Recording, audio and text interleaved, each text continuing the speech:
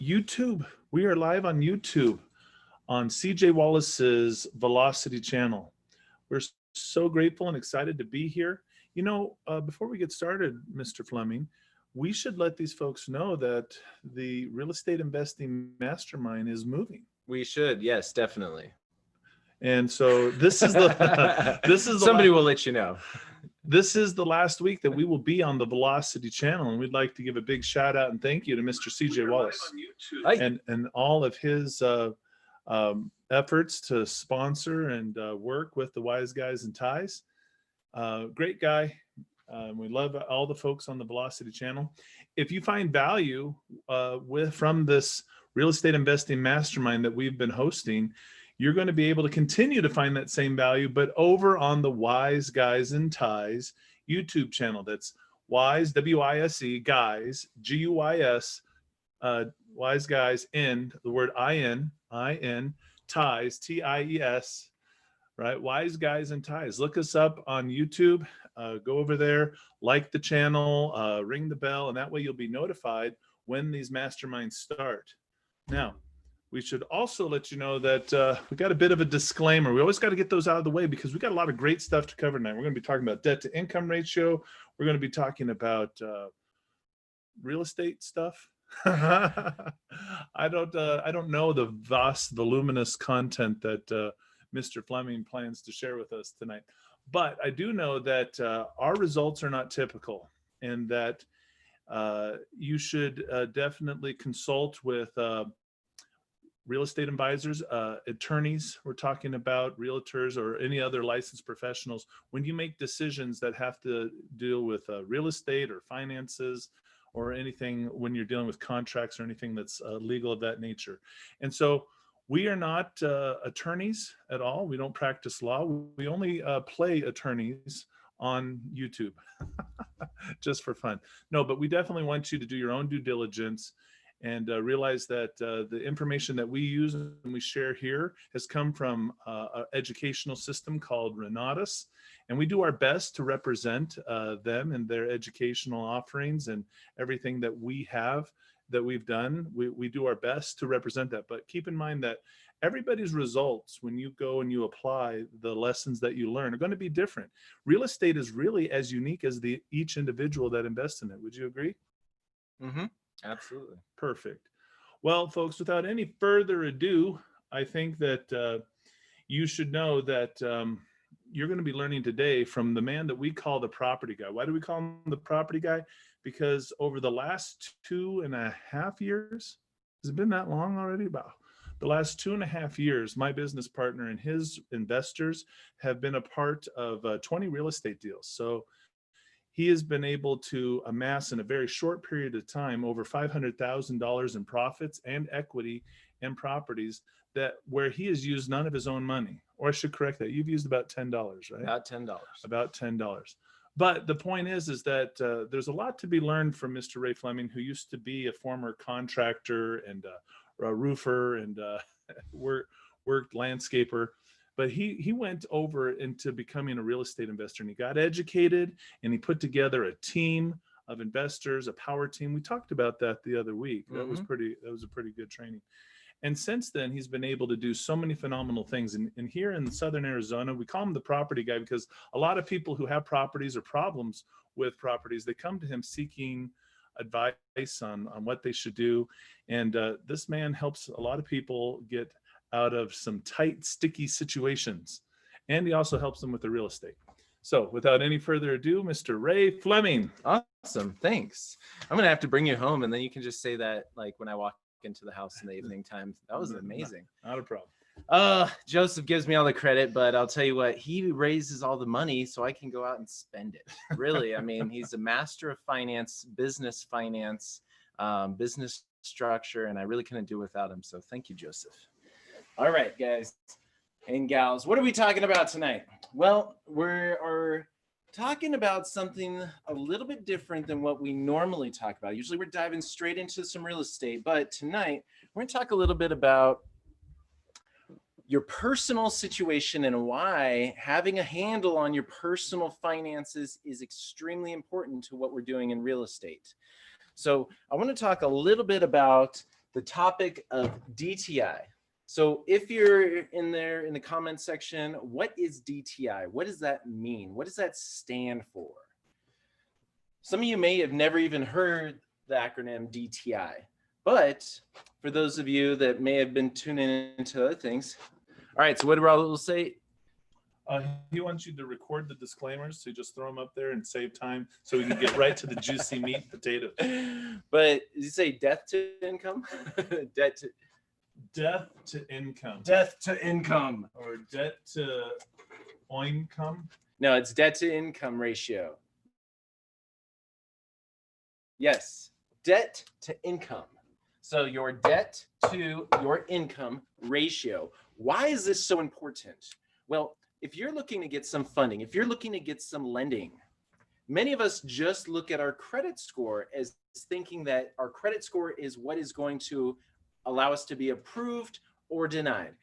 I was actually talking to somebody about that today, going over on the realm of business finance to see if they had good enough personal credit to go and journey down the direction of getting some credit cards for their business right out the gate with using their social.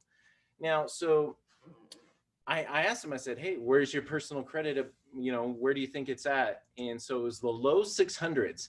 What that tells me is, unless you have something else to go along with that, whether you have cash flow, you have collateral, most likely there's nothing available right now. Now you can go through a process of building business credit. We talk about that on other days. But what your credit score actually is it's the key to opening the door. Just because you have a 720, let's say I've seen 750s. I've seen people with 750s. Just because you have a really, really good credit score does not necessarily mean you're going to get approved. What? Yes. Yeah, it just opens the door. So when you look at, when a lender's looking at your personal credit score, and you have, let's say that your personal credit score is 680, or it's a 720. Anywhere from usually anything over greater than 680 is going to just automatically open that door. We're going to definitely take a look to see if there's some things you qualify for. Now, depending on the program, it could require a much less credit score to get in that door. But the important thing is that's all it's doing is opening that door so they can look down closer. Now, Joseph, when you see somebody that has a 720 credit score, what really does that tell you quickly? That tells me that that they are likely to pay all of their bills on time over the next 90 days. That's it. That's really the primary thing. Hey, you're doing fairly good at managing your payments, and it's very, very hard to have a 720 with late payments. You're doing good on making those payments, and for the foreseen future, you're going to be able to make those. That's really what it is. So now we're going to take a closer look. And when this comes to loans, they're going to be looking at your debt to income ratios, because if you have been denied, then most likely it was because of your debt to income ratios. Something did not line up. Your income wasn't verifiable. And this is what we're going to talk about tonight. So when you go to apply for a loan, you will already know if or if not, you're going to even be able to play the game. And so a lot of times you can avoid having an inquiry or multiple inquiries on your credit report if you aren't even ready to go apply. And so a lot of times we talk about this where when we go to the bank, we're just, please, oh, please, let me try to get this loan. We're just going into it very blindly. So what we want to show you is there's a powerful aspect about getting loans, lines of credit, using your personal credit in the realm of real estate investing. Because in the beginning, you may need to start your first investment with your first purchase of your property. Some of you may already have purchased a house. Some of you may be looking at purchasing a rental property. Some of you may be looking at, hey, I just want to start purchasing my very first house. Many times, purchasing your first house can turn into your first rental. So that's why it's really important to understand the power of using your personal credit. Now, so with the debt to income ratio, I'm going to talk about how the bank calculates this, but also just because the bank says that you are qualified and can afford the loan doesn't necessarily mean that you can. What? And so that's something else we're going to talk about tonight, because even though the bank says you qualify for this loan, the next question is, should you? And depending on the situation, that has different answers. So that's what we want to talk about. We want to give you some tools that you can use to examine your situation to see if what you're diving into is right. Big shout out to Jessica Ziegler, just showed up. Welcome. Hey, Jessica, good to see you. All right, so debt to income ratio. How does the bank actually qualify that? So I'm going to slide this over. Let's see. Can you see? Be able to see that? Yeah. No, you're fine. You're fine. Okay. All right. Keep her coming. So we're going to look at the lender underwriting guidelines for a $200,000 loan. So we're going to go out and look to get a house or a small multifamily property for $200,000. Now, what is the bank going to actually look at for our DTI? Well, before we start, they're going to look at your credit score. We just mentioned that. So credit score. Actually, I'm going to move this over a little bit so I got some room. They're going to look at your credit score.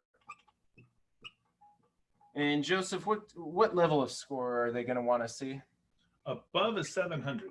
That's right. They're going to want to see that it is greater than 700. Typically, I mean, if it's a little bit less than that, then, they're going to, depending on who the lender is, they may just kick you out or they may open the door. It's hard to say. Now, the next thing they're going to look at starts with a U, and it goes along with how much of our credit we're using, which is, if you're in there, what is the U word that goes along with how much usage we have?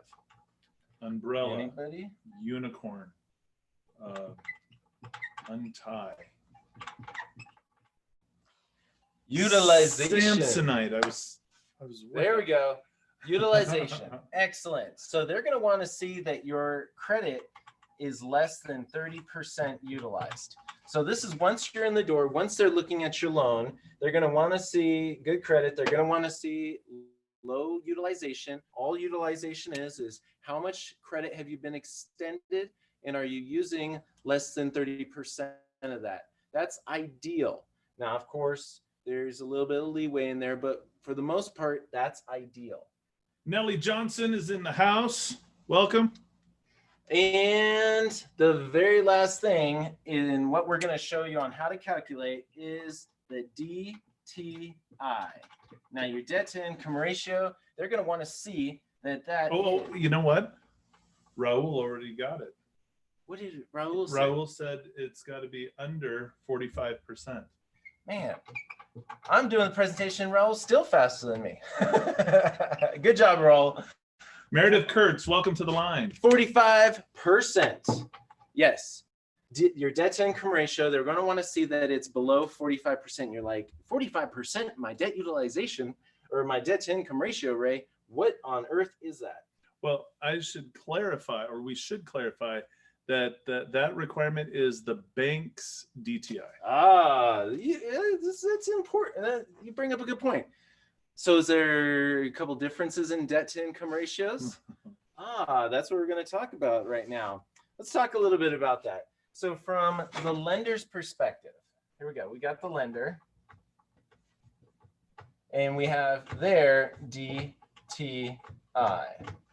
So the lender's DTI, how do they calculate their debt to income ratios? Fixed expenses divided by gross income, according to Raul Carreras. Excellent. Fixed expenses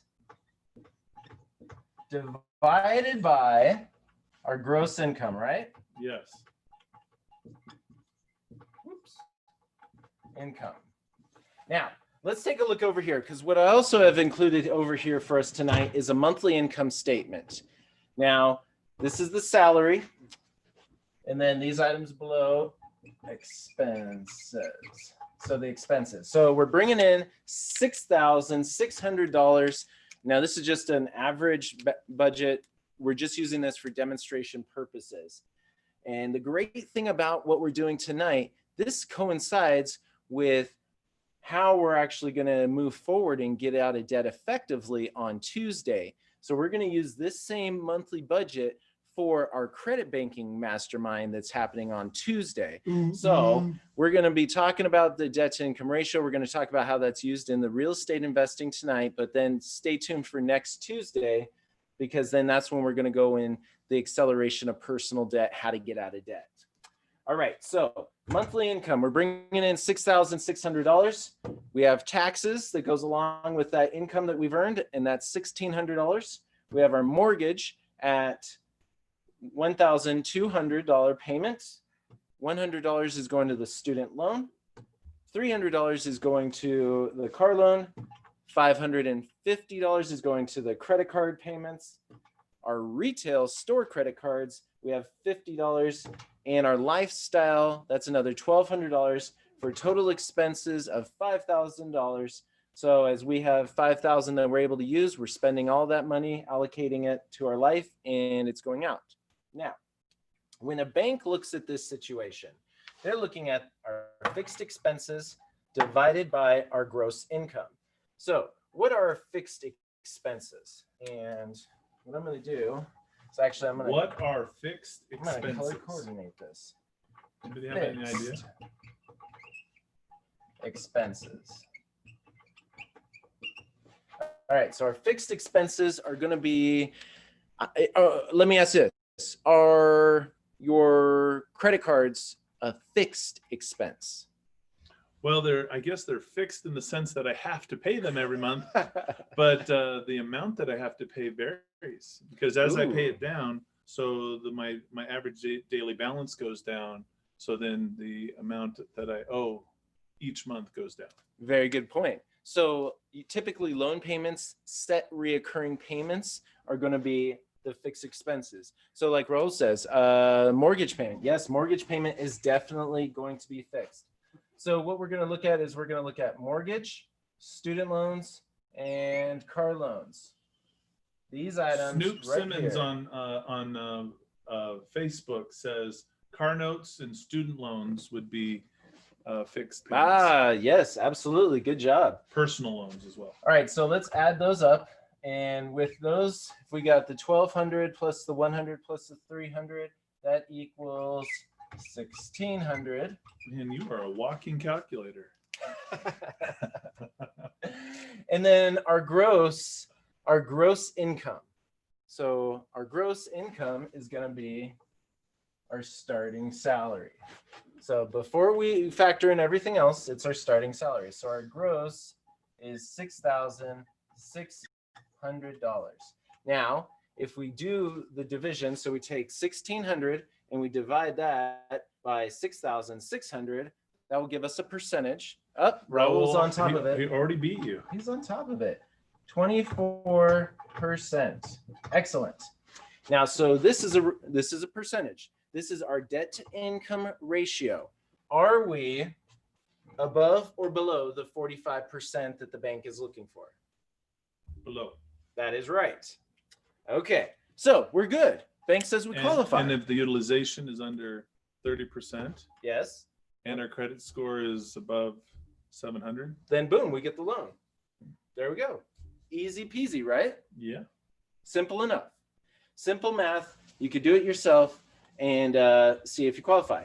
But the question is, can you afford it? Well, the bank said we could. That's why they had the DTI.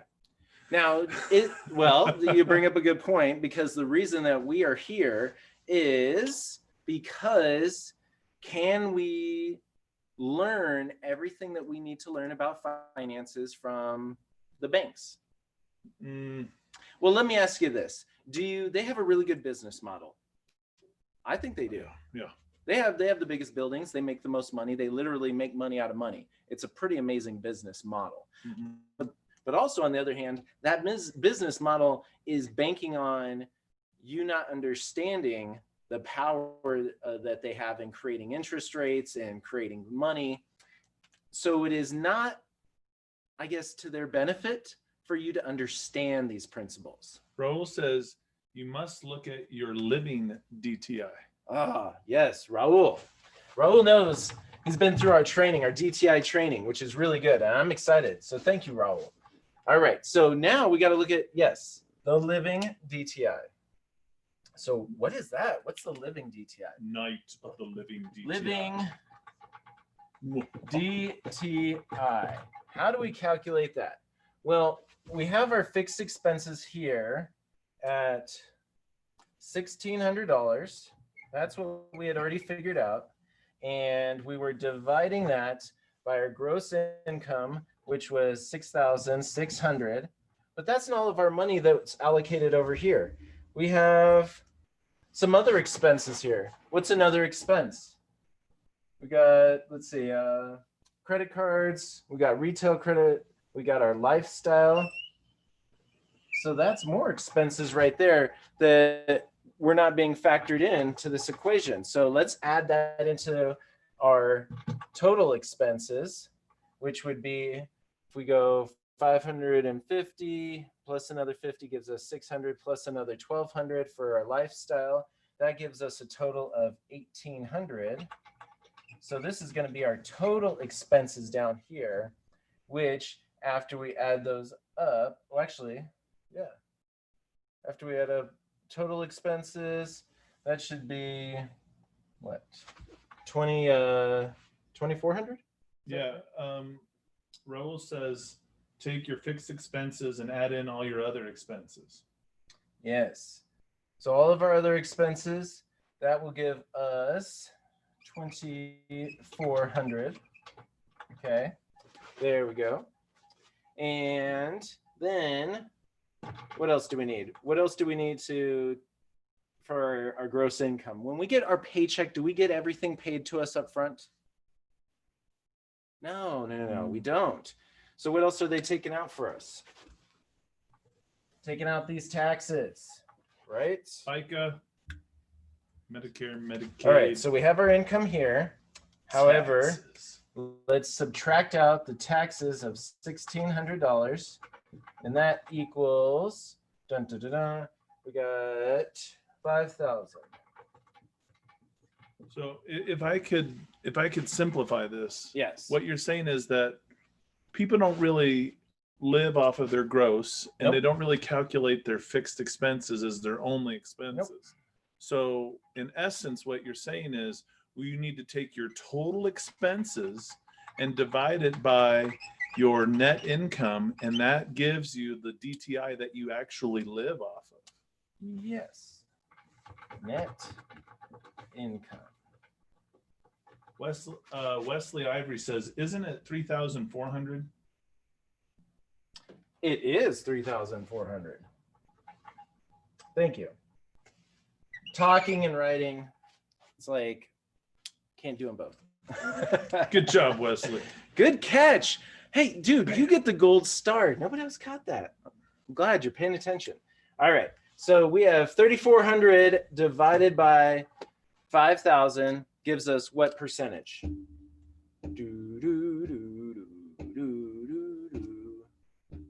All right. Oh, we got an answer. It came in right off the bat. Raul says 68%. All right. Winner, winner, chicken dinner. So let's add that in. 68%. 68%. Now, if the bank was looking at our living DTI, would we actually qualify for?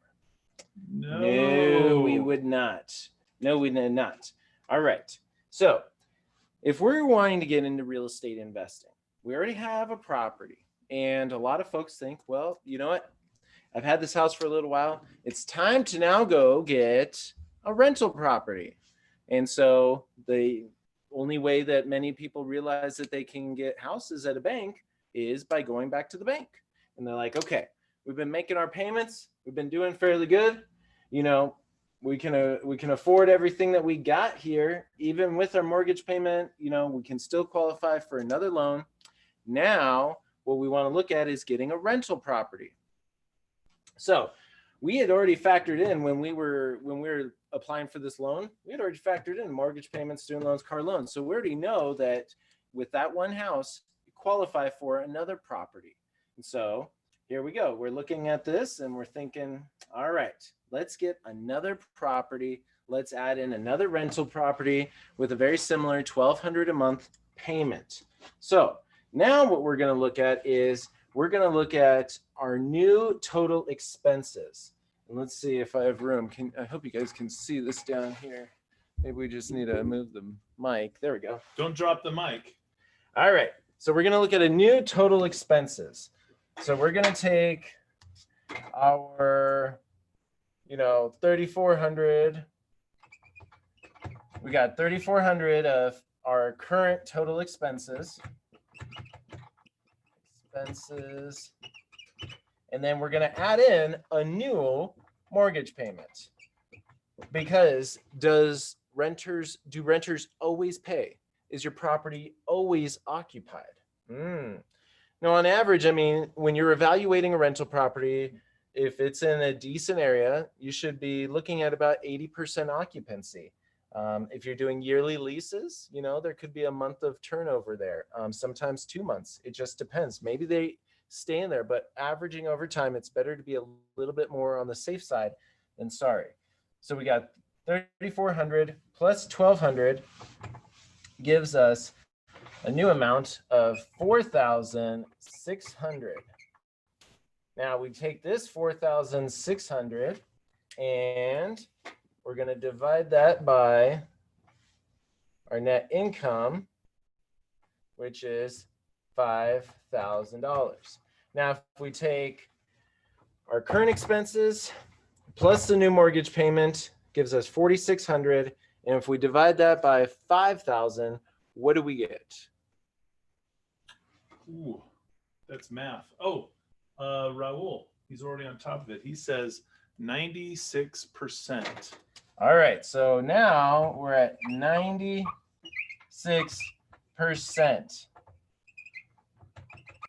Is there any room there for if we need new tires? Any added expense? There's 4%. There's only 4%, really. Yeah. 4% of my. I mean, that's going out to dinner is gonna eat that up. So this is why a lot of folks run into a situation where they don't understand. That 4%, what that equates to is you have an extra $200 to play with. $200 to play with. That's it. So, and typically what happens in a rental situation is it needs something. It needs some carpet, or it needs some paint, or it needs a new washer. It needs something to get it back on the market. Or if you're using a management company, a lot of times they take sometimes half of that first month's rent. And this is when people start running into, don't drop the mic, Joseph. I apologize. So this is when you can run into a difficult situation, and then all of a sudden, well, we have to start putting this onto a credit card. If there is a prolonged period of time where maybe, for example, we've been noticing this a lot of, in the current situation where, let's be honest, nobody ever wants to go through some type of eviction process. You just don't want to. You should do everything in your power to avoid that. It's just one of those things that if you get to that point, you have literally exhausted all options, trying to work out something, do something, help somebody somewhere. That is the very last option. But, when it comes to that time, you're all out of options.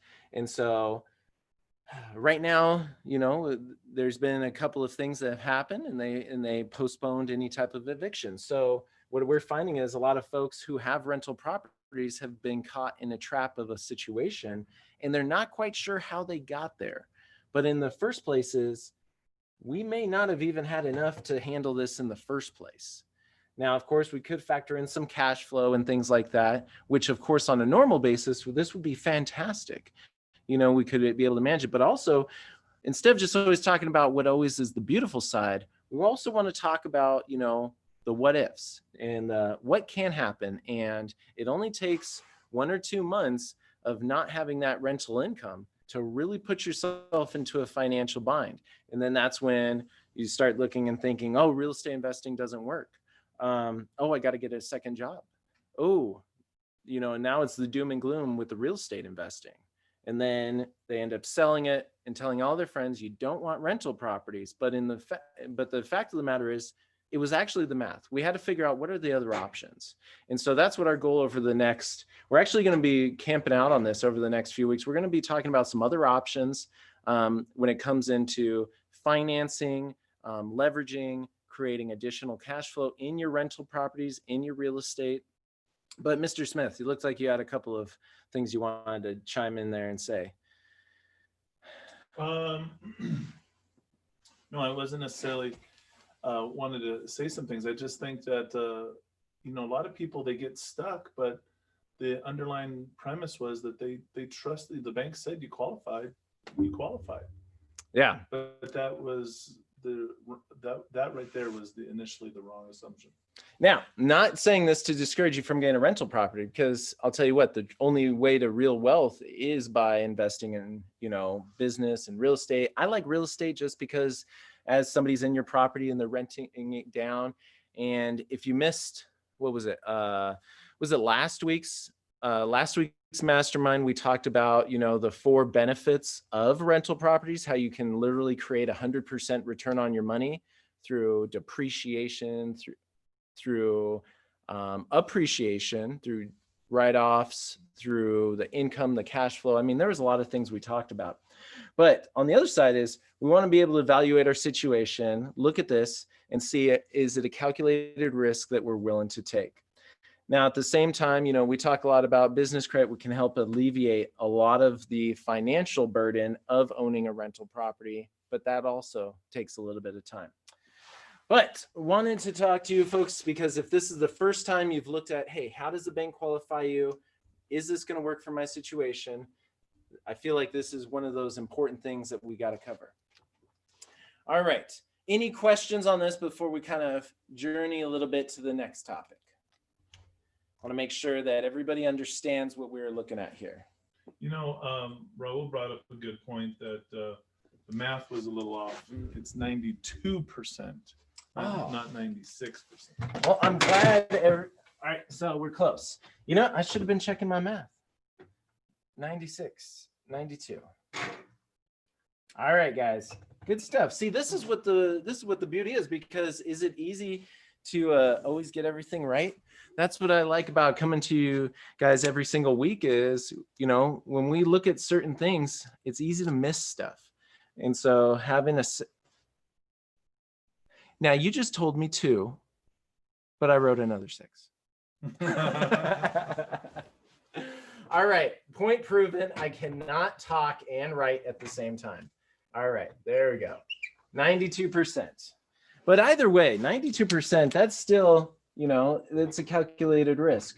But just be aware that you're going to need to create some leverage in some other departments to make sure that you can weather some storms. So having access to personal credit, having access to business credit for when you're in a situation where maybe rents are tight. We talk a lot about HELOCs, home equity lines of credit. All of these are safety nets. You want to build as many safety nets as you can for when you start diving into the world of real estate investing. All right. A lot of folks have been wondering really how we even learn a lot of these things. And I just want to let you folks know, we talked about it earlier. We talked about Myrenatus. We talk about it each and every week, but I always got to give you that opportunity to let you know, this isn't something I came up with on my own. This isn't something that Joseph created. Joseph mentioned how really in the last 2.5 years, we've gotten heavily into the world of real estate investing.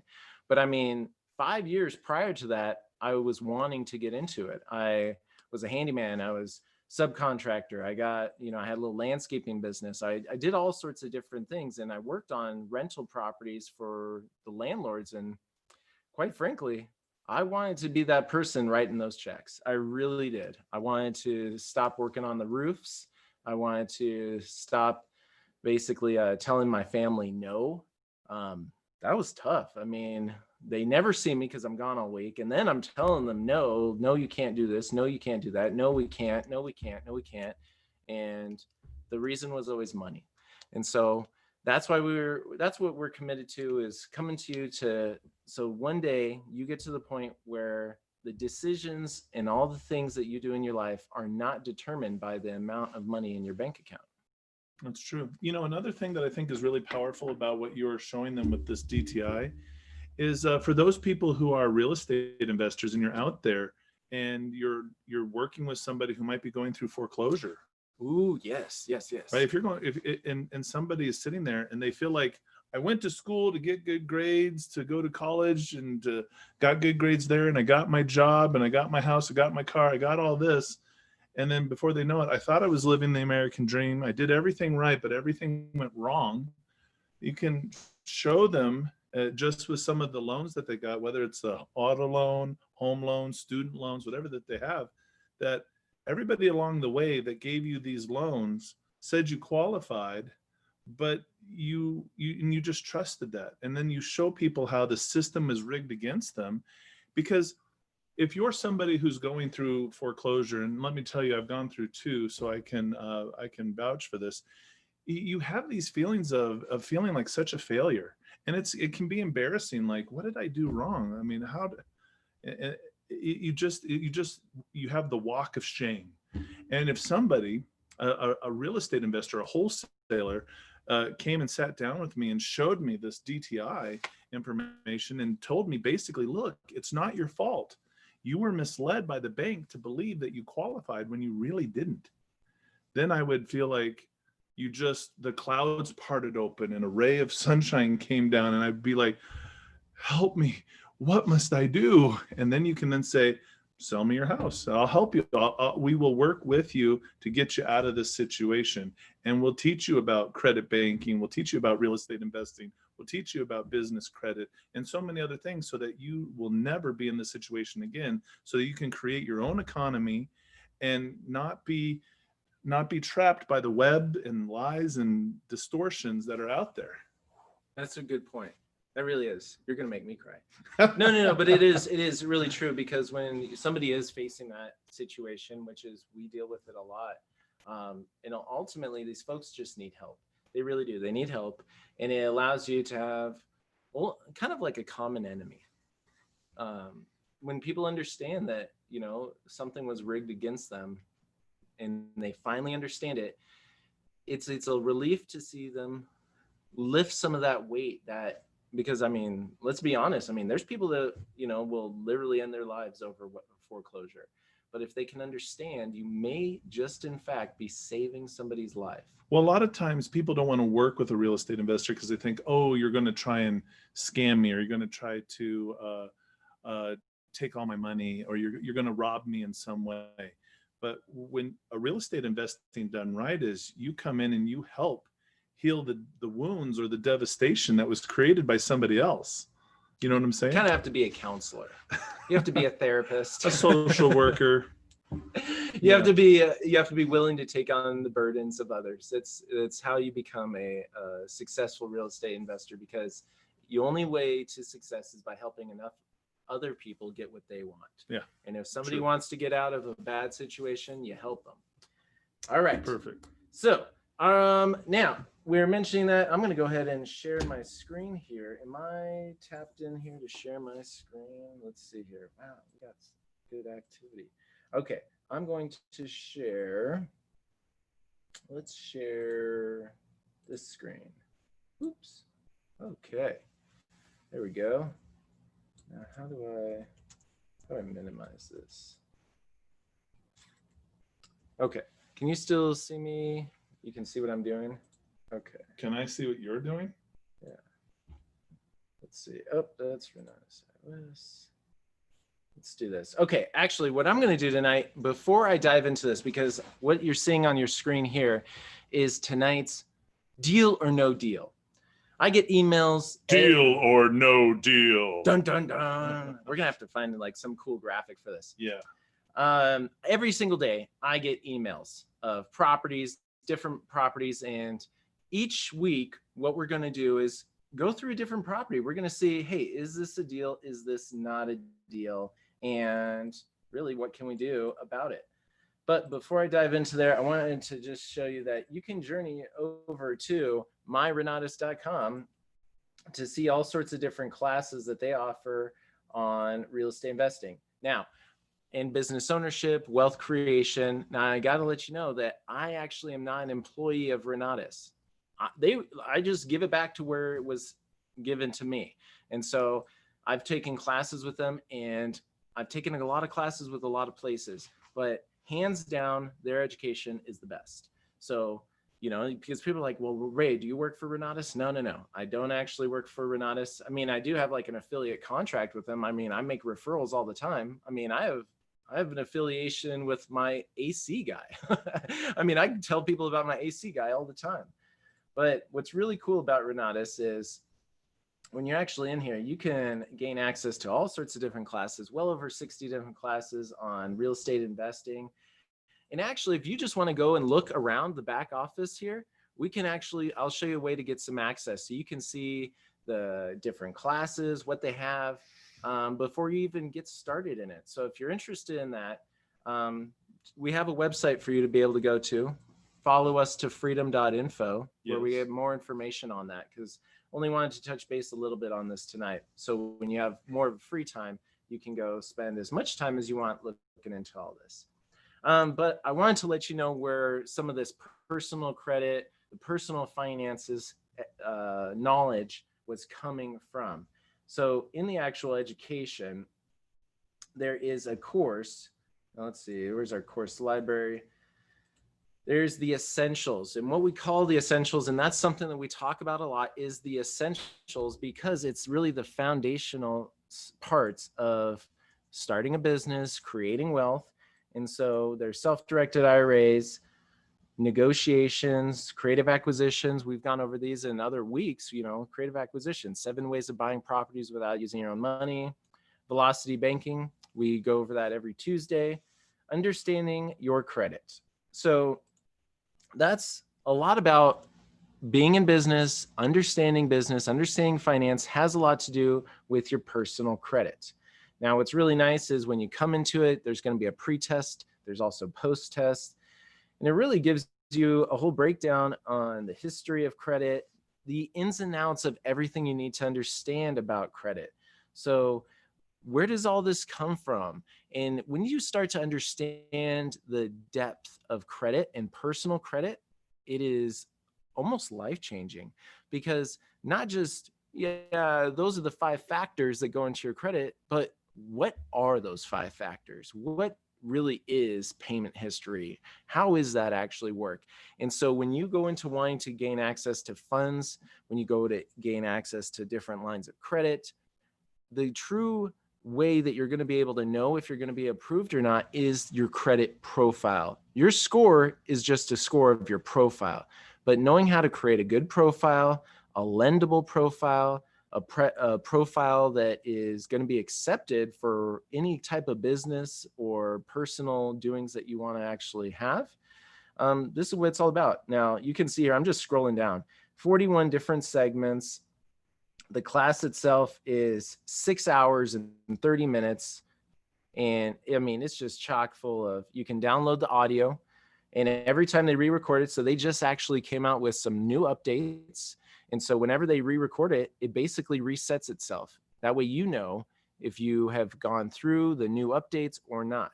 There's also some really phenomenal workbooks. You can download the workbooks, take your notes online, or print them out. I print them out and put them into a little binder when I'm taking the courses. Now, where does this all fit into the big scope of everything? Well, this is what we call the essentials. This is kind of the beginning foundational path. But then there's also, hey, you want to get into rental properties.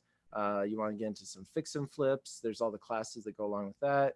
Multifamily properties, business management, commercial, retiring in real estate, short sales, wealth acceleration, just doing the paper side of real estate, wholesaling. We're going to talk a little bit about wholesaling tonight, because that's kind of the introductory place that a lot of people start. Short-term rentals, and then also driving profits for your business, automating,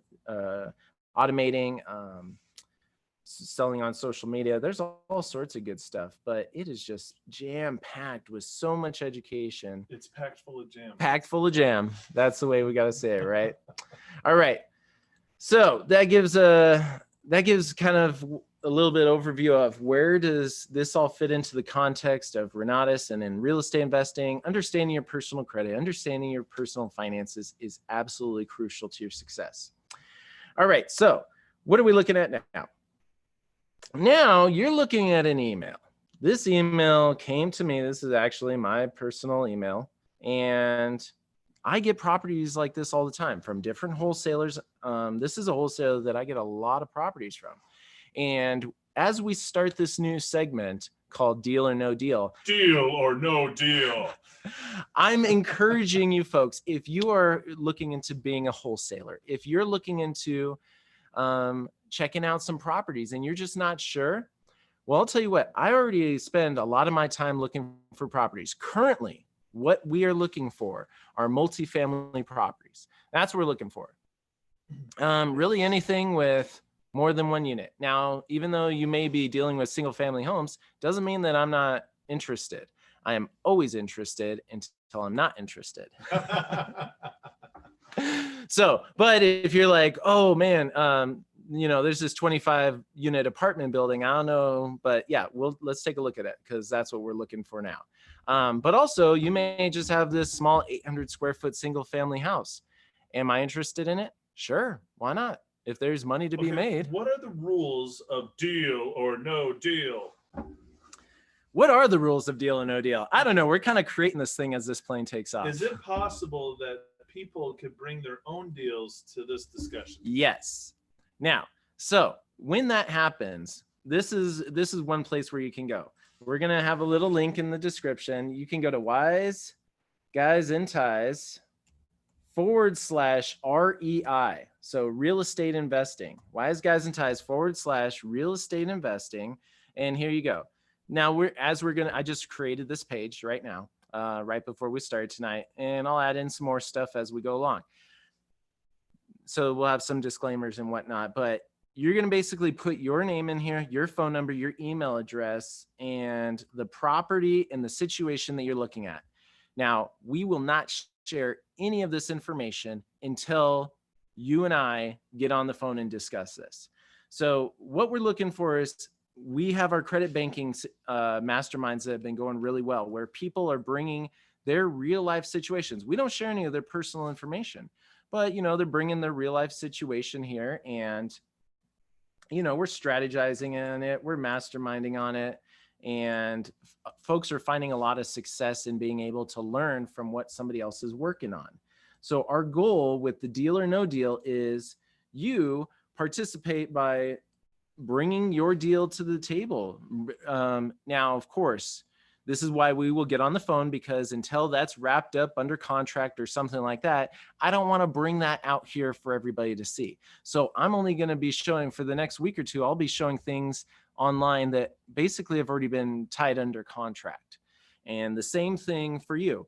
It may be 2 or 3 weeks before we actually bring your deal to the live mastermind. Does that make sense? Yes, but what's in it for them? Ooh, because that's what everybody's thinking. What's in this for me? What's in it for you? If you're okay, imagine this. You're new, you want to start wholesaling properties. Have you ever done it before? Where do you even start? What are you even looking at? Well, the great thing is I'm willing to actually look at it with you. I'm willing to chime in to see if it's a deal. And if it is a deal, well, I'll tell you, I'm the first one in line to buy it from you. What? So there you go. If you're first looking at this, you already got the first buyer on your list, and he's willing to actually take a look at it. But the question is, why am I doing that? And you may be thinking, oh, well, you may just steal it from me, Ray. And if you're thinking that, then you just don't know me. You haven't been hanging around our channel long enough. You haven't been plugging into our masterminds. You got to understand, I mean, we got like 17,000 people that subscribe to the Velocity channel that we're always on.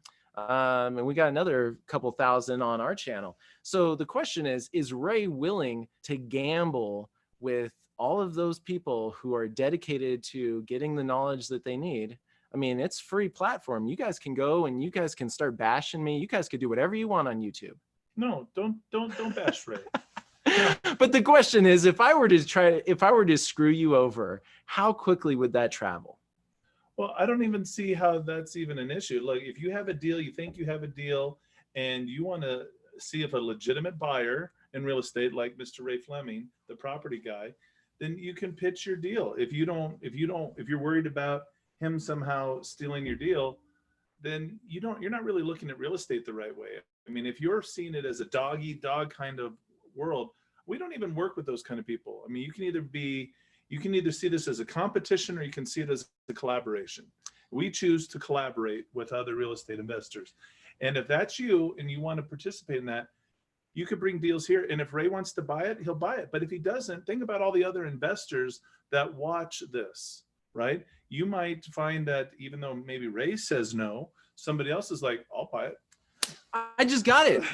Okay, so this is great. Okay, because like I said, we're kind of creating this plane as it's starting to take off. Okay, so if you have something that you're looking at, let's get lined up. And it's not like we're going to wait weeks to look at it. You submit a deal. I'm going to try to get back with you like the next day so we can actually see. Now, if you're new at this and you don't have it under contract, we may need to work out some type of legal agreement where if I'm actually going to help you go through that process, like, if we're going to actually, come on board and try to help you with the whole negotiating thing and kind of partner up to do this, then we'll put some contracts in place to make sure that, it's fair and equitable to both parties. Nah, if you come, I say no. I say, if you come, you got to be prepared. If you don't have it under contract, you could be prepared to lose it. So don't bring a deal if you don't have it under control, right?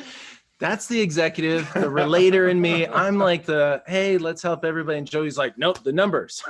Deal or no deal. You're dead to me, or let's do business together, right? I like it. So like I said, if you have some questions though, and you're not sure about the situation, just fill out the form and say, hey, this is kind of the situation I'm dealing with, blah, blah, blah, blah, blah. And then we'll start communicating from there. But at the end of the day, let's say that you get something under contract. There may be an opportunity for us to just kind of put it out here on the YouTube channel to see if once it's under contract, if there's any buyers that pop up. Absolutely. There's plenty. This is how we collaborate. I mean, it's your responsibility to get your deals under contract, and that's not our responsibility. And it's your responsibility to make sure that you're following all of the governing guidelines, and that you have an appropriate enforceable contract, and it is the right contract in the jurisdiction that the property resides in, right? That's all you. But what's great is when people come to this real estate mastermind, you talk about a lot of this stuff. You bring up a great point. If you don't know how to do that, we can help you do that. So if you're in that beginning stage and you're like, hey, I need to understand how to put this under contract, I need to do that, then reach out to us. Let's talk about that, and I'll kind of help you figure out where to go from there. It's kind of weird. They're like seeing how mom and dad argue and fight and discuss right here. I'll just beat you when we get off camera. Okay. All right. So now what are we looking at on the screen? Okay. So I have the person that brought me this, they're a realtor. And I wanted to kind of show you what some other folks do as far as wholesaling properties. And I want to see, what your feedback is on this, this email. So this is the email that I get. It's a off-market, great midtown deal, $80,000, corner lot. Here's the address, and they provide a CMA. Who knows what a CMA is? Oh, I do. Anybody else know what a CMA is? CMA.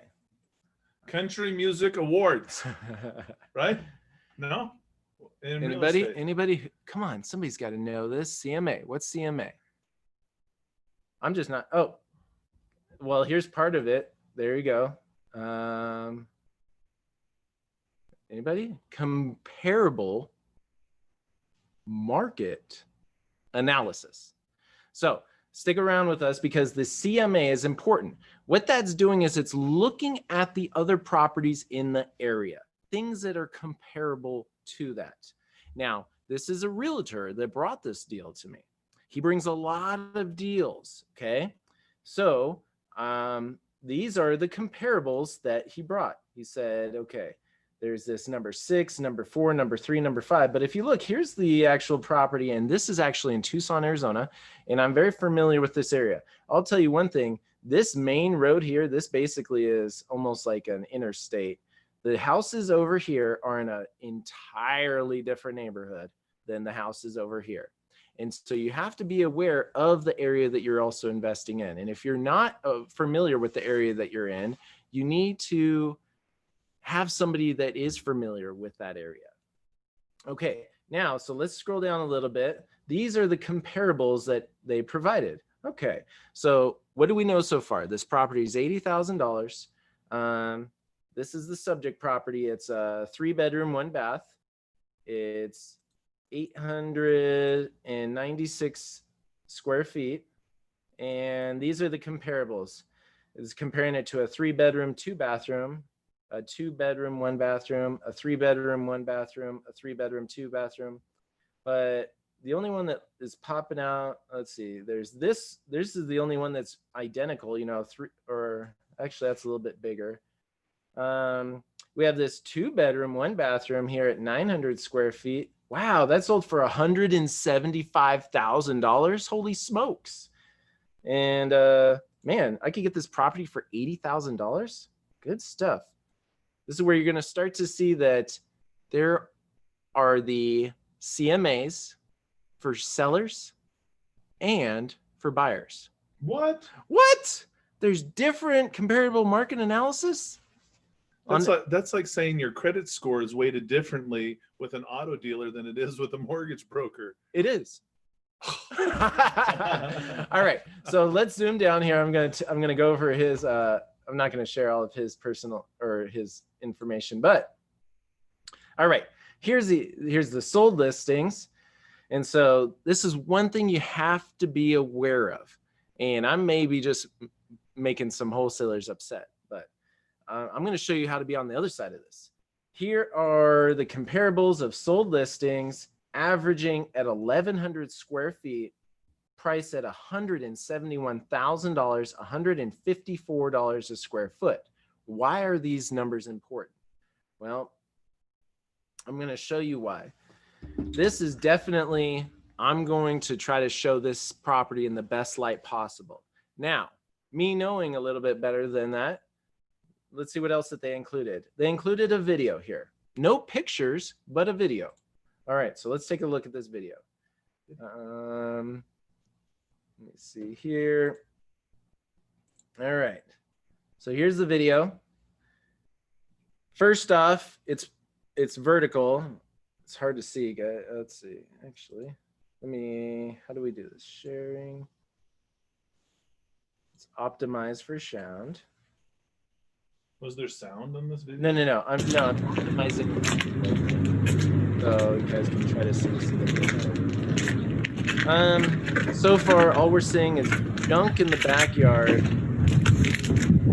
I mean, there's a lot of things. Look at that door. Yep. There's some things I wanted to see there. Cabinets. Well, I can't really tell the cabinets.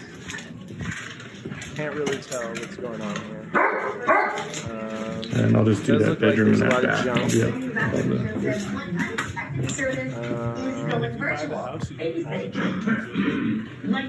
Looks like there's a room. Looks like we're going in the hall. And there's a bathroom. And that's it. That's all we got. That's all we got to go off of. Now, I'll tell you what, if you are looking to get into wholesaling a property, turn your camera the other way, go landscape, and slow down. Listen, you got into this house. Slow down. I don't care if there's junk in the backyard. Yeah, I mean, that's nice to see what that looks like, but I want to see what the fascia looks like. Show me the roof. Show me underneath the kitchen sink. Show me those cabinets that are broken. You know, that door that was kicked in. I mean, why are you not showing me those things? Am I going into this thing blind?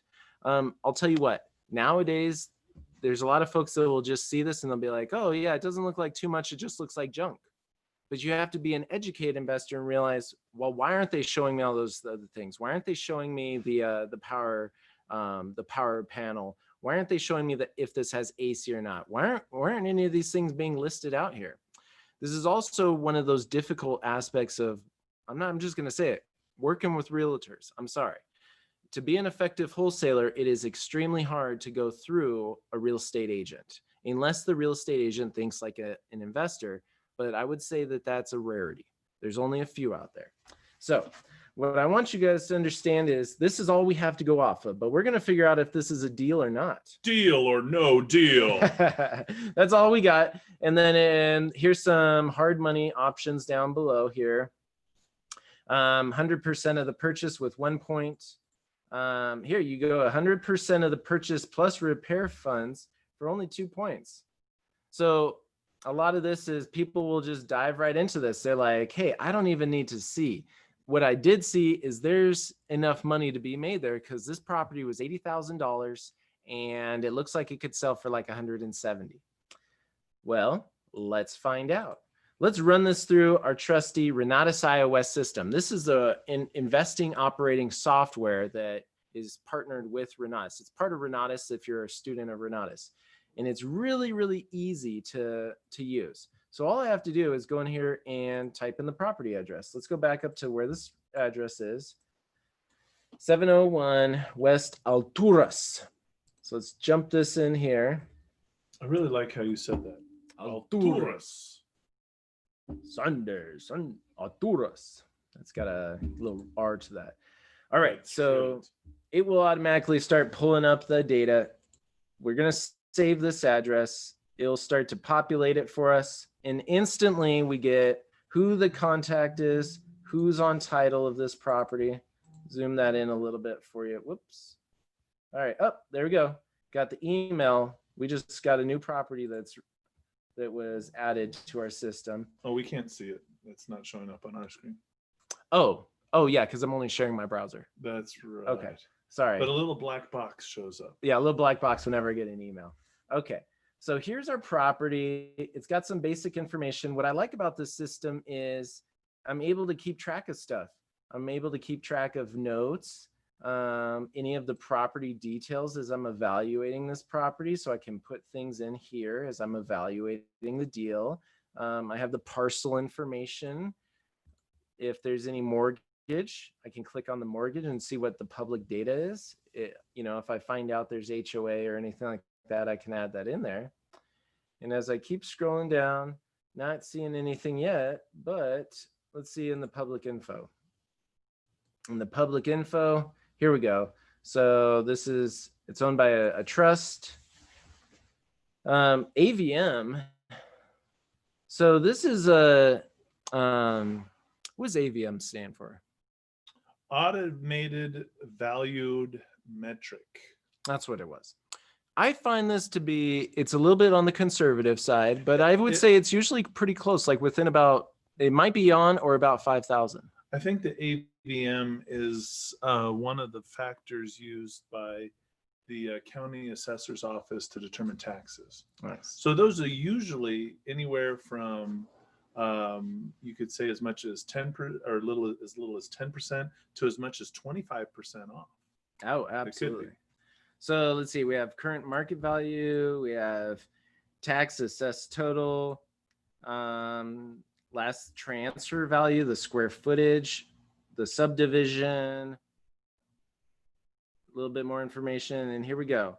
Now we can see that any type of loan history, who those loans were with, and it goes back to, oh, look at this. There was a little pre-foreclosure situation back in 2011. And that looks like it was transferred then. So what was that? What's that amount there? $80,000. On what date? 2011. And they're asking for $80,000 now. Mm-hmm. Interesting. I'm sorry. No. You bring up a good point though. Why is that interesting to you? It's interesting to me because if somebody spent that much money on the property, then in 2011, and we're 9 years later, why isn't there an increase? Why has the value hasn't gone up? You know, market values go up and down, but you typically in a healthy property want to see a track record of sale prices going up and up. But you know, if there was a foreclosure process and somebody bought it at a discount, then you want to look and see the next time they sold it for a profit. And so if somebody purchased it under market value at 80,000 9 years ago, and now they're selling it for $80,000, it sounds to me like somebody who was going to maybe do the flip and then for whatever reason never did it, and now they just want to get their money back that they put into it. That's always a possibility too. Yeah, definitely. It brings up a red flag. Yeah. It does. That's quite frankly. And you know, the other thing is too, this means from my perspective as well, that there was a lot of options. This did not need to be bought cash. Like I'm thinking if somebody just wanted this off their hands, I could have probably just gotten this house for free. They probably could have just given it to us. So you know what I'm saying? We could have subject to that property or something. Man. So that's the other difficulty. Well, also I'm sorry, now that I think about it a little bit more, you're getting asked $80,000 from a realtor or a wholesaler, which have already added in their marked up fees, which means what the real seller is actually selling this for less, maybe for 70,000 or 60,000 or even less. Right? And so they're marking it up for their own fee, maybe padding in 10, 15, 20, $25,000. So now I'm starting to think, why in 9 years did the value of this property go down? Because that tells me that this is not a simple fix and flip, that this is going to be a rehab. And now we're thinking $50 to $75 to $100,000 worth of repairs could be needed on this property. And so people are listening to us talk because I think I totally just forgot that we were live. You know, we're just kind of like, we're just talking through this stuff, but this is what we think about. And this is literally from experience, because we start wondering, okay, these little red flags start popping up and we're like, okay. And instantly, like Joseph said, we start thinking price of rehab is starting to creep up there. I'm thinking this is not going to be cheap. I'm thinking there could be foundation issues, structural issues. There could be some massive mold. You know, why didn't they show us more stuff? You know, that's a question. I mean, I know that kitchen is going to have to go. Well, I didn't see anything on the roof. And how many times have we seen these great deals on properties and then all of a sudden there's a hole on the back side of the roof? Like, how come I didn't see that in the pictures? Okay, so now without looking at the property, what we're doing is we're just kind of spending a little time. Do we want to dive into this more? Let's pull up our comps, because this system is plugged directly into the MLS. And MLS, is that like a Major League Soccer? This is I was trying to think of something snappy. Yeah, but you couldn't. No, so I did. Not I that beat quick. you to it. Not that quick. Multiple listing service. Multiple listing service. This is the same service that realtors use to list properties and sell them. Yep. So if you are not a realtor and you need access to that, that's what's so great about this system. Now, wait a second. I'm seeing a whole lot of properties right around that property. Let's pull this back up. Where was this before? Let's see what they sent me. Okay. So they were pulling properties from over here. Nothing from right around the subject property. But wait, when I pull up this, there's a whole lot of ones around the subject property. Well, let's see. And let's see, I'll go down. Well, look at that. There's the 2 bedrooms. Oh, you know what? Let's filter some of these out. Well, you can go and click on those different points on the map, and then they'll usually filter that to the top of what you're looking at. You know what it was is they had all these 3 bedroom, 2 bathroom houses, and we haven't filtered anything out. This is only a 1 bedroom. Or 1 bathroom, I should say. This is only 1 bathroom, so maybe we should filter out anything. And I bet you we're only going to find that one property, that expensive one. So but isn't it an end property? Let me say like it's on an end lot. Or... Yeah. So let's just filter it. I mean, I think there was one other property. How many up here had 1 bedroom? Or sorry, 1 bathroom. So there was 3 properties. This went 175, 159 with the 1 bathroom. So I just searched in the toggle bar here. I pulled up 1 bathroom. Oh, well, we got a whole bunch there.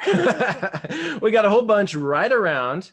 And let's take a look at this. Okay, so there's this property. I'm gonna just highlight this so I can dive in a little bit deeper to look at that. Let's take a look at this one. Let's take a look at that one.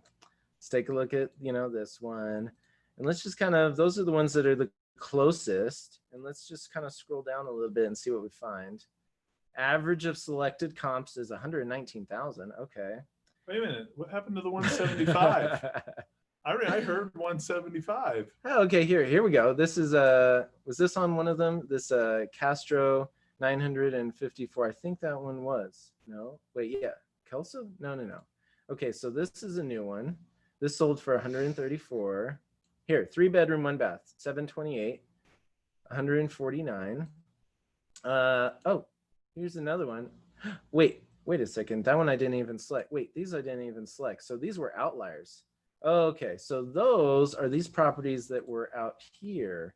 So the ones that I selected have the green or the blue check marks. Okay, so this one, 999 Jacinto, 169,000. Okay. Okay. Kelso, that was on here. Kelso, 190. Wait a second. Oh, it's a different Kelso. This is 340 Kelso at 190. This sold actually in January for 161. There's this one. These are all about the same square footage, 1 bathroom, 145, 50,000, 72,000. Man, they weren't showing me any of these though. Let's build a report. So we can build a free report here real quick and pull it up. I would want to go and just look at those 2 properties that were right in the subject neighborhood too, though. Yeah, let's go back. I like the full report too, but like to me that just show me those 2 properties. Those 2, yeah. All right, let's undo this. Let's undo this, and let's undo this, and let's look at these 2. I know you were being more scientific. I just want to. No, you bring up a good point because a lot of times, this is the most ideal. If we just have at least 2 other properties to take a look at. This is just how I eyeball it. Okay. So, all right. So we got 100 and no, that's not checked. There you go. Okay. So 168. Not too shabby. Both of them? Both of them. Not too shabby. Okay. Not too shabby. Let's take a look at these. Let's see what those are. Where is that $50,000 one? Let me see where that was. That was, so these 2, where were these at? Lulito and Glen. So if we check these, which ones were those? Let's go back up here. Oh, okay, so those were right across the street. These are right here. So this property's right here. Well, that's a major divider. It is a major divider. All right.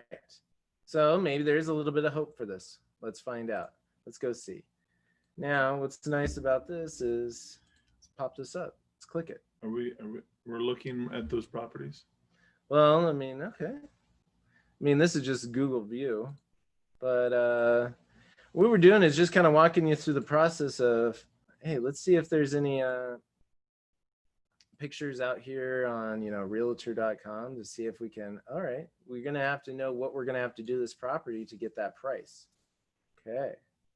So got some, another thing that a lot of wholesalers fail to do, and I like to bring this up because I have had some investors get into some trouble, is they don't go and look up the tax liens on the property.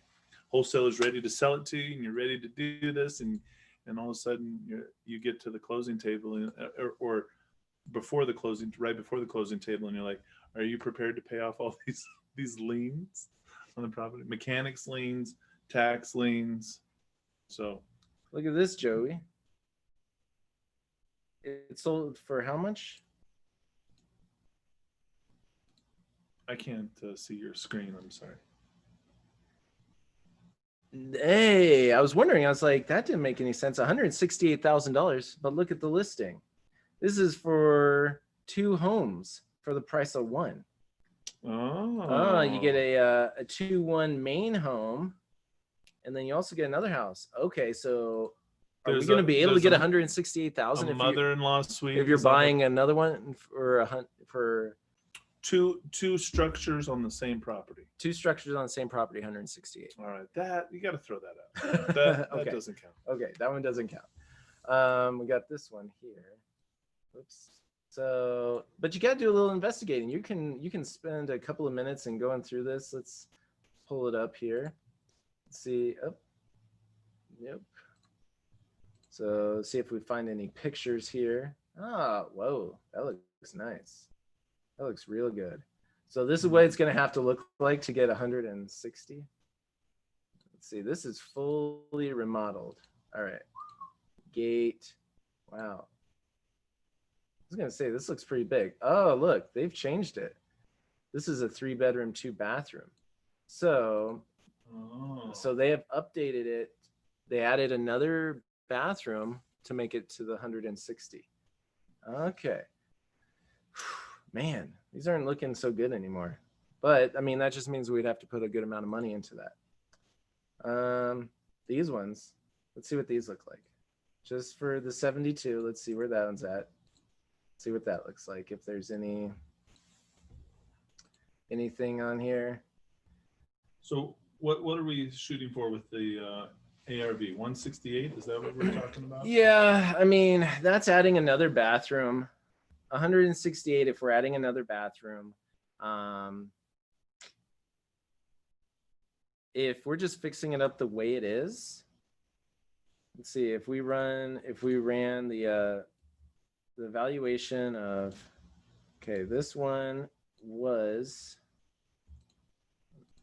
select some of these around here. We kind of get a bunch of that averages. Let's see, let's go down here. 2-bedroom, 1 bath. I'm just running some rough numbers. I'm thinking about realtor costs, closing costs, which you got to do twice. I'm now looking at acquisition cost of 80,000, and then you've got to have your rehab costs. You want to make profit on this, you got to factor that in as well. So I'm thinking that if you're going to exceed $50,000 in total repairs, that there really is no room for profit. So if you, this is why I have my property guy here. I'd say, Ray, take a look at this. Is there $50,000 or less in repair costs that you see on this property? And Ray walks the property and says, I easily see $75,000. I'd be like, no deal. I'd have to, yeah, we'd have to look at this. Looking at these pictures, looking at that quick little video, this little this 2-bedroom, 1 bathroom, or was this a 3? I only saw one bedroom though. Right. So I guess we don't even have a good idea on what this actually even is. This is just not a lot of information. And going off of this information at $80,000. So if we did a little bit of math, you just did some math for us, right? Yeah, I factored in after the acquisition costs, realtor costs, and just standard realtor, not like any discounts or anything. Title, escrow, and closing, insurance. You have somewhere around. You need to get the rehab done for under $50,000 if you want to make $15,000 to $20,000 in profit. Okay, and so what would our purchase price be? 80,000. At 80,000. So at 80,000, we could potentially make 15 to 20. Right, if our rehab cost is under 50,000. If our rehab is under 50,000. Mm-hmm. Okay. Now to break even, we can't exceed like 68,000 on the rehab. That would just be to break even. That's like, now if we want to make $20,000 on this, we have to have the rehab under what price? Under 50,000. Under 50,000. That's to make 20. Right. Okay. So now you have a number to go off of. Now what you could do is you could set up an appointment with a contractor. If you feel like that's pretty good, we could move forward. I'm willing to do that to make 20,000. You might be able to just drive by and look at it. I can't see from this. I mean, I don't know if there's AC in it. I don't know what the roof condition is. But that's also, in order to get that price, it's going to have to look good. Well, somebody might think to themselves, I could save money if I did the work myself. I don't think we could get it to, I just don't think we could get it to 160 under 50,000. I just don't. From what I've seen, to get that sale price on this property, I just don't see it. I wouldn't want to outlay the 80,000. I would want to work on some kind of seller financing or some kind of option with the seller. But to outlay all that cash when you could be using that cash to repair the property, it would be better to do that. Let's see. Are we sharing? Are we not sharing something? No, we're sharing. Okay. All right. So what about you guys? Wait a minute. Off market price. Wait a minute. No, you're not sharing the iOS. Oh, I clicked out of that. Okay. Oh, you clicked out of it. You were sharing it. Yeah. I saw it on the screen.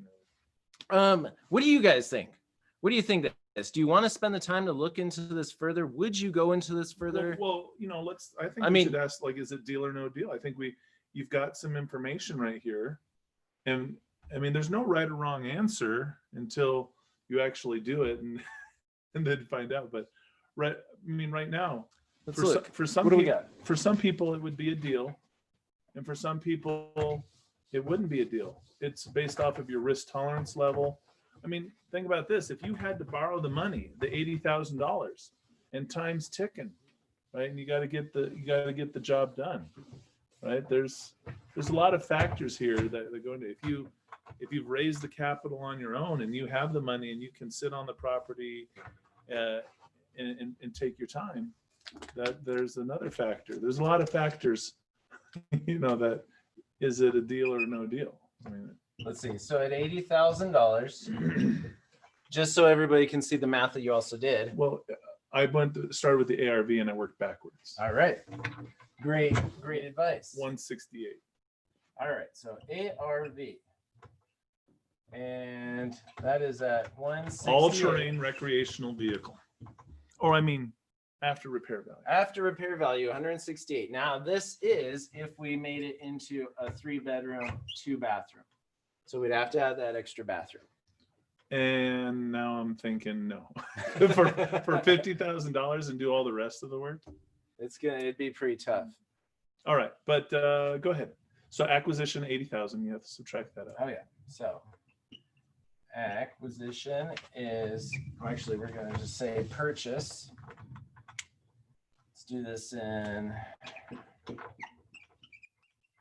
purchase price 80,000. Right. What else? What else do we need to factor in? I need to put in about 18,000 to cover both realtor costs and 2 different sets of closing costs and insurance. Okay. So let's just say closing. Now that's before any type of, if this is a VA loan, you're going to have to cover all those closing costs. And so what'd you say, 18? Yeah.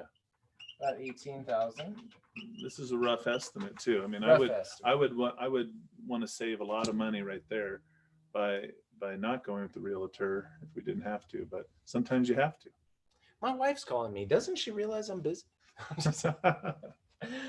Okay. Purchase price, closing costs. What else? What else do we have to factor in here, folks? Rehab. Repair your repair. All right, so rehab, let's just run it off of 50,000 since we have no way of really diving in. That's just an educated guess right now. And then profit. And profit. Always got to factor in your profit. Make sure you get paid. Profit at $20,000 leaves us with what? All right, let me do the math. I feel like, what are we missing now? Have we factored in holding costs? We haven't factored in holding cost. But I mean, I would lump that into the rehab, right? I mean, we're making just general things. Oh, I'm sorry. But if we have to borrow this money at 14% interest, 2% up front, we don't have access to this capital, and we're borrowing it for 14%, 2 points up front. All that works out exactly. To what? 168,000. All right. So if you're subtracting all that, you go all the way down to zero. Okay. So 0. Now, can we do this if we have to borrow the money? If I have to borrow 78 and 50 and 20. So on there, they said that you could get 100% and the rehab for 2 points at 14%.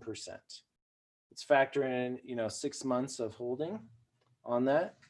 So if we're looking at 6 months, we got 6 months, and we're gonna have to borrow what, 80 plus the rehab if we have no money to bring to the table.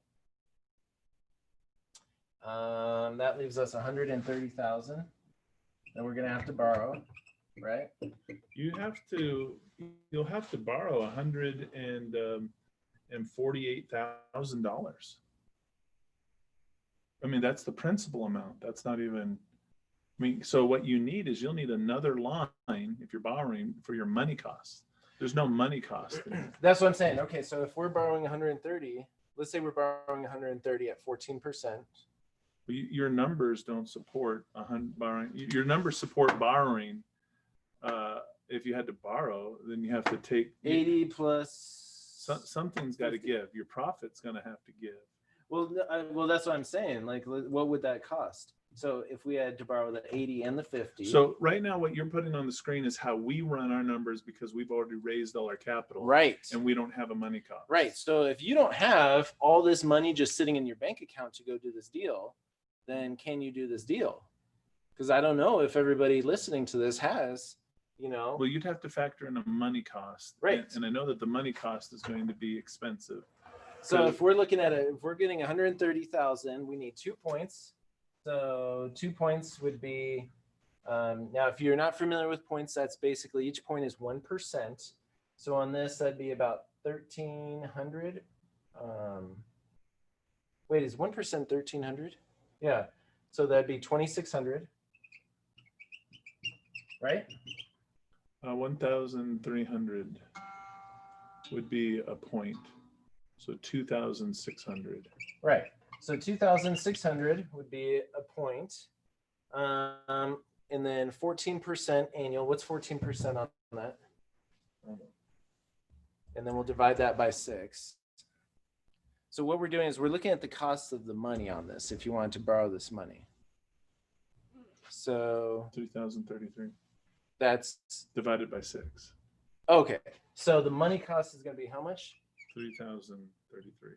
3,033. So if we were to add the startup loan cost plus the interest expense, and we're always going to factor in 6 months on this, that would leave us with 5,633 of money costs. Right. Now, so let's add a new line item for money. Well, then that changes your profit cost is what it does. So now we're looking at 5,633. You got to change profit down to 14,367. All right. So now our profit moved down to what? 14,367. 14,367. That's if we can completely rehab this thing, AC units, roofing, landscaping, electrical plumbing, put and add a new bathroom, and fix all those cabinets and redo all that. All right, so folks, this is the time of the. We've reached the end of the time. So what does this mean? Deal or no deal? It's time for you to vote. Would you do this deal? Go into the chat right now and say deal if you would say yes, we're going to do this deal, or say no deal if you would not do this deal. Let's see what the voters. Say.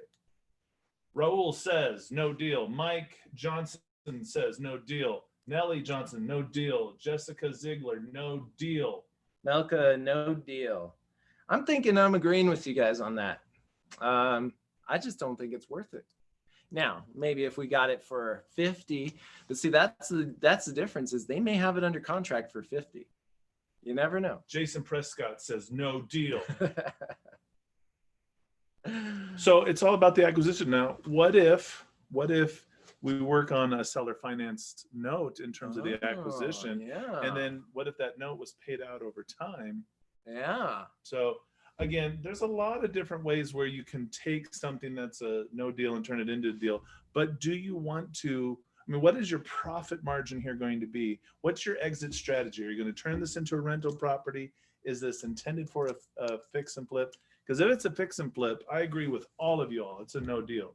If this is going to be a rental property that turns into a lease option and I can acquire this using what's called seller financing, then sure, I could see a pathway to some profit over time from the rental income that I would bring in. Yeah, because that's what I'm thinking. I mean, seller finance note, we could do it, you know, even if we're able to take over that existing loan. I mean, it's been around for a long time. Yeah. We could walk into that loan. But that changes the exit strategy. So that means that you're going to hold the property. So holding costs change. You're going to have to now factor in property management costs, upkeep, taxes, and insurance are all going to change now. You have to rework your numbers. I don't know even if there still is a deal, because how long do you have to hold it making money off of the rent? We need to know what that loan that's in place currently is, right? There's so many other factors. I'm just saying, when I say it's possible, the only way that I would do this deal is if there was a seller finance deal on the acquisition side. And if we, again, like, I don't do. You bring up a good point, though. Yeah. You're the one who can tell me what the rehab cost is going to be. I don't do you that. bring up a good point, because even on the acquisition, there may even be a flip deal here. If you're able to take it over, and then you only actually had to bring to the table 50,000 to actually do it, there may be an opportunity there. But once there's somebody else in the mix, all that negotiating power you lose all that negotiating power. Jason Prescott says, I think the rehab cost and time to do it hurts you. Absolutely. I agree. Absolutely. Folks, this has been Deal or No Deal, brought to you by the property guy, Mr. Ray Fleming. And again, we're going to keep working this, and this is going to be a great segment of this Thursday night. But we want to encourage you to participate. Bring your deals. We'll steal them from you. I mean, we'll evaluate them. Ray, you brought up this steal the deal. No, if you have a deal and you've got it under contract, then let's do it. If you've just got a random, hey, there's this property in the neighborhood. That's a great idea, though. What if I come up with if I find a really good deal, and then I just give it away, and we call it steal the deal. All right, maybe. Instead of giving away like money or something, we could give away a deal. Whoever's the first person to get this under contract. So you're saying you're going to go put it under contract? No, I was just saying whoever gets it under contract first wins it. All right. We should really mastermind this. That wasn't fully thought through. We should do a lot of planning before we're doing this. We don't want the folks. Thank you. We appreciate your feedback. So if there's things you like, there's things you don't like, if there's things you want to see, if you want to see more content on certain things, if you like the deal aspect, let us know. That way we can kind of tailor what we're doing to fit what you're looking for. If you find things that are helpful for your situation, if you found some value, let us know. Give us the thumbs up, like, subscribe. Let us know, what you like to see, what you want to see more of. If you want to, we got all sorts of things that we can share with you folks, but we don't know what to share with you unless you let us know. Meredith was saying that she wasn't able to see the pictures that we were seeing. Now, we didn't see any pictures, but there was that one video. Oh. But it could be possible that there could be a technical issue, but I think most people saw the video, but we had no pictures to go out over. Oh, you know what? That's really the way that I was... But anyway, if there were some technical issues on our side, we'll have it all ironed out by next week. And if the technical issues weren't on our side, nope, those were. You got to iron it out on your side. Yeah, because then what I can do is I could just share my entire screen, and that way. And we'll make sure that this is just going to keep getting better and better. And so, folks, I'm super excited that you're out here. Thank you so much for all the participation. We look forward to you coming to next week to our real estate mastermind. Again, for those who are watching on YouTube, if you want to continue to be a part of this, this is our last time on the Velocity channel. So you need to make sure that you go and subscribe to Wise Guys and Ties, because this real estate investing mastermind is moving to next week, same time, 6 p.m. Pacific Standard Time, but it'll be on the Wise Guys and Ties YouTube channel. So go there, like it, subscribe it, ring the bell, and that way you'll be able to get an email and notification right when we come next week to you to do deal or no deal, or I should do deal or no deal. On behalf of myself, Joseph Smith, this is my business partner, Mr. Ray Fleming. We want to say good night, folks, and God bless.